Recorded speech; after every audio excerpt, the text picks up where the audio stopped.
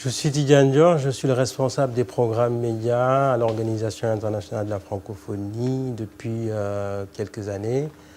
Avant d'être à la francophonie, j'ai été journaliste dans la presse écrite internationale et à la télévision.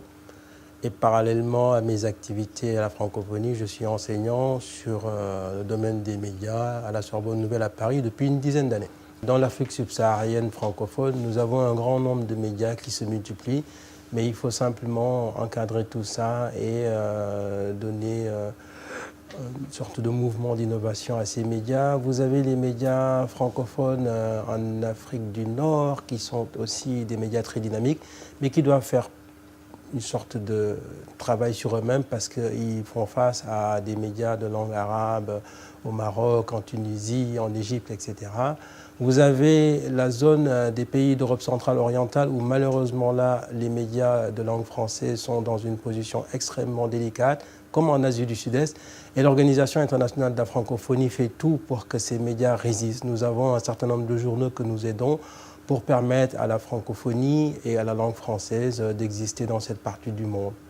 Et enfin, il y a le Grand Nord, Canada, Québec, où globalement les médias se portent bien. Et c'est par exemple la partie du monde où les médias arrivent encore à faire de grands bénéfices, notamment dans la presse écrite. C'est vraiment une des têtes de pont de notre espace médiatique international. Les défis sont de trois ordres. Il y a d'abord le défi technologique, et il faut absolument que ce défi-là soit relevé. Il y a le défi du financement et il y a le défi de l'encadrement juridique. Pour le moment, il faut que l'on soit conscient d'une chose, c'est que nous sommes en train de perdre du terrain par rapport au défi des nouvelles technologies.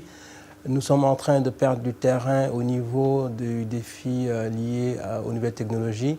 Donc, si je puis résumer en un mot, il faut que la francophonie des médias en général puisse résister à travers un encadrement juridique qui garantisse un certain nombre de libertés pour l'exercice du métier de journaliste et surtout au moment où l'Afrique en général, dans d'autres domaines, mais surtout dans le domaine des médias, constitue un point essentiel de foisonnement parce que vous avez des médias qui viennent du sous-continent indien, vous avez des médias qui viennent d'Amérique latine, vous avez des médias qui viennent d'Europe, vous avez des médias qui viennent de la Chine et de l'ensemble des pays émergents qui inondent l'Afrique.